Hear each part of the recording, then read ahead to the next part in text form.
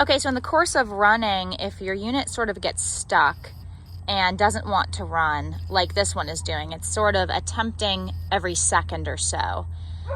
We have been sort of challenging it with a lot of drag and a long course and tall grass, and now it's sort of stuck in this mode. I am going to go ahead and power cycle, so I'm going to unplug it, and the blue light on the bottom is going to be off when it's unplugged. It's going to be on when it's plugged back in. And I'm going to leave it unplugged for a little bit here. Then I'm going to plug this device back in and see how it goes yellow and green. I've got my green indicator, so let's try to run her again. All right, we are back in business. So now that we seem to be running again, I am going to pop the line back on the wheel, and you can take a look at the course. The course is pretty heavy on the tension, it's heavy on the drag, so I expect that it'll run here for a little bit, and then we might run into some issues again. So we're just gonna start her up. So there she goes, she's running with no problem. I'm gonna reverse it.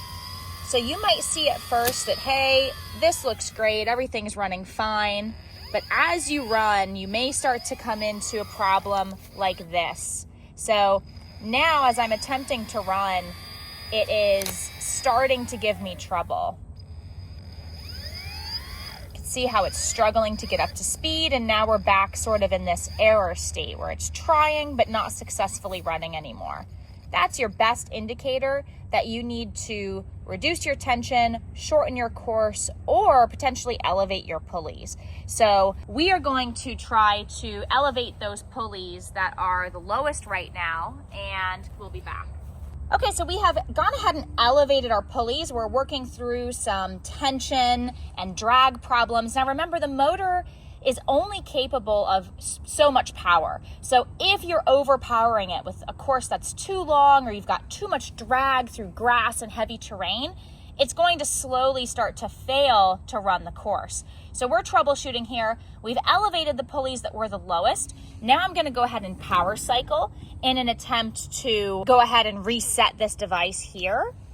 And if you notice, you can sometimes get this overheat warning. The overheat warning is also a good indication that you might be stressing the motor a little bit too much with your course, or with the drag, or with the length or tension on the course.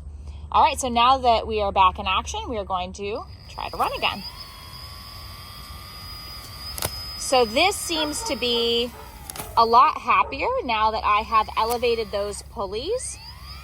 And you notice right there, it started to run, then it sort of lagged for a moment. And that's probably because the flag ran through a pulley and encountered a momentary increased drag. That's pretty normal.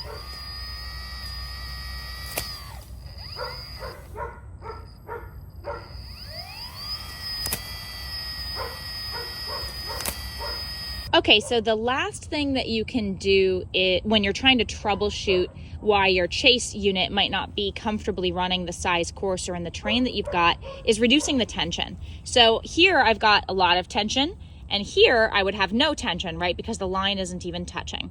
So what I want you to try to do is just pull back until you have the tiniest amount of tension there. So not a lot, not nothing, but just barely resting.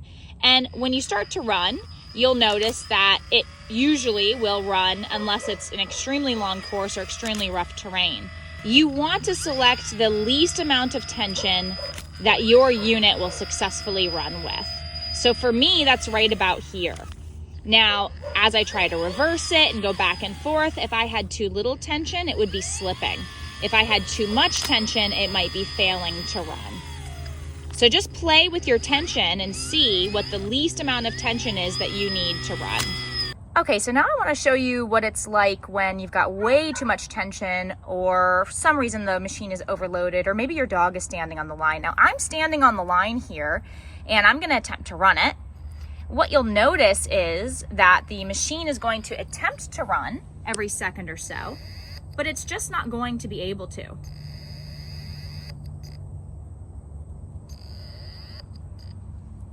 Now, if you notice your unit doing that, you should probably check your course or check to see if there's some impedance on the line, because that's a sure indicator that the line is stuck. As soon as the line is freed, it should start to run again.